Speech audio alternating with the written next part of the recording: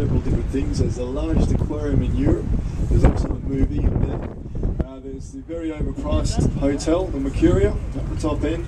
There's a very dodgy restaurant called the McDonald's down there somewhere.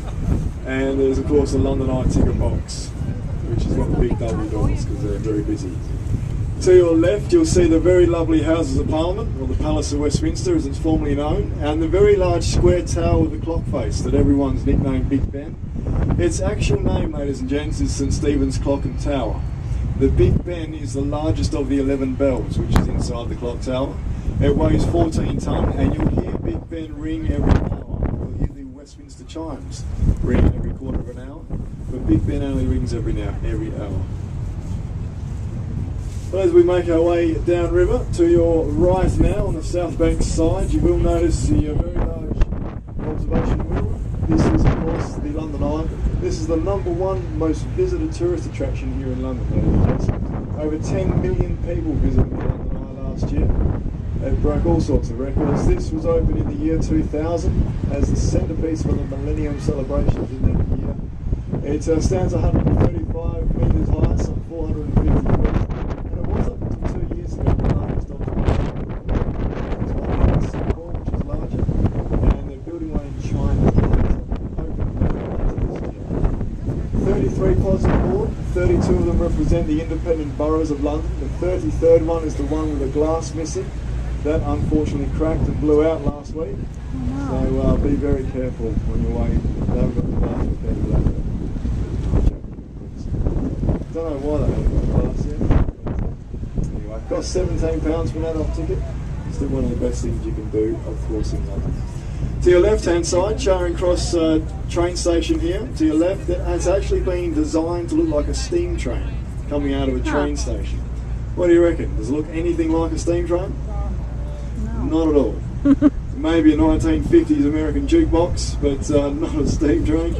The two new additions to this bridge are the Golden Jubilee footbridges. These are of course open to celebrate the Queen's Golden Jubilee in 2002. But this is actually the heaviest American rail across the River Thames.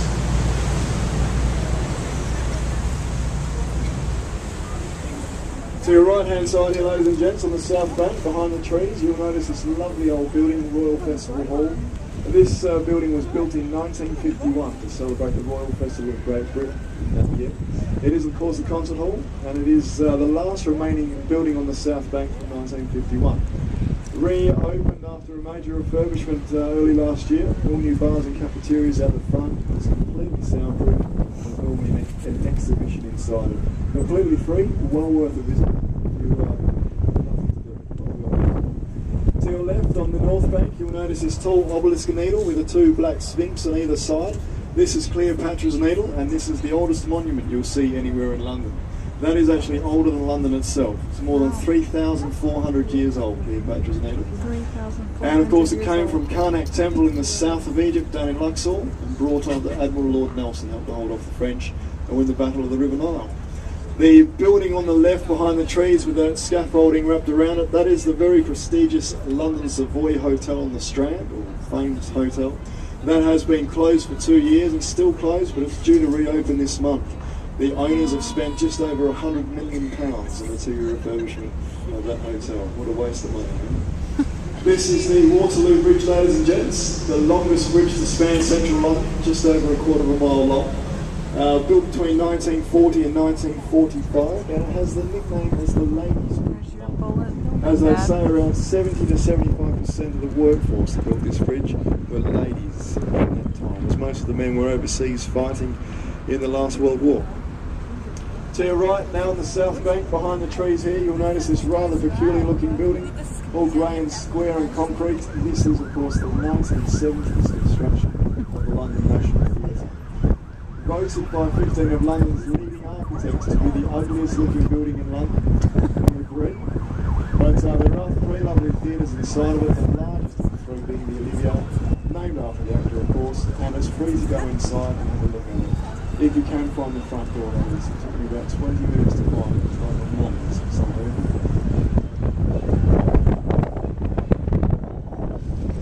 To your left hand side, once the piece goes past us, you'll see this lovely white vessel permanently moored between those 2 pylons.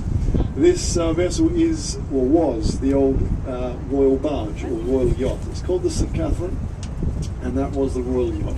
So only some 35 years ago, you would have seen the royal family travelling upriver or downriver on that lovely vessel there.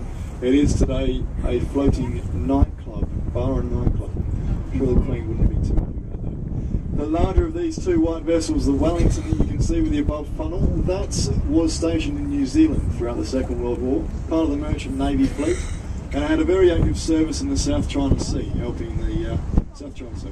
Today it is the only livery hall in the world, and that is of course a club for retired sea captains and sea admirals. Prince Philip, the Queen's husband, he is the gentleman in charge of this rather prestigious club.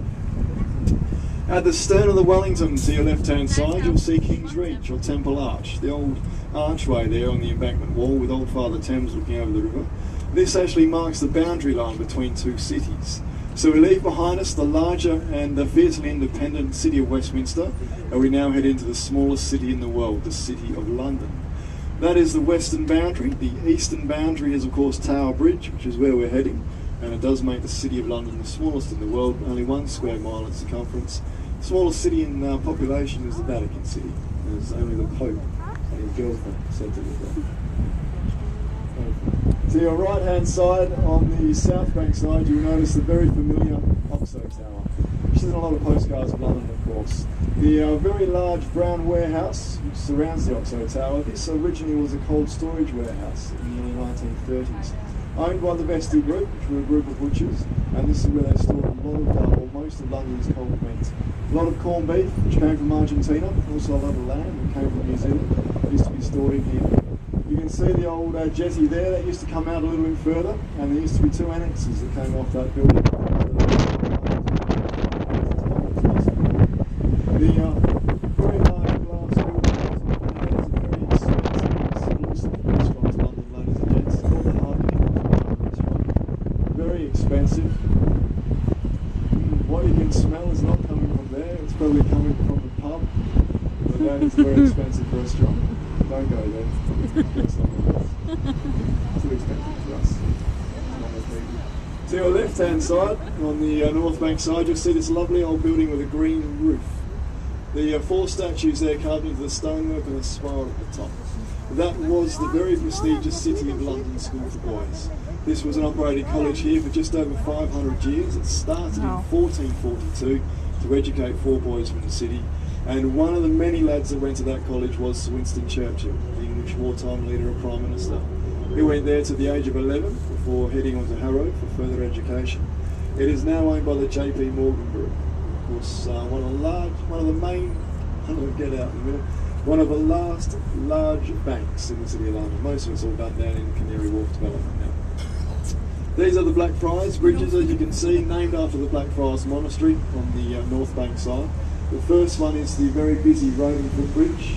The second one, the most important, this was the original train line across the River Thames, built in 1862, and it was known as the St Paul's of the Pines, going from London to Dover and Chatham.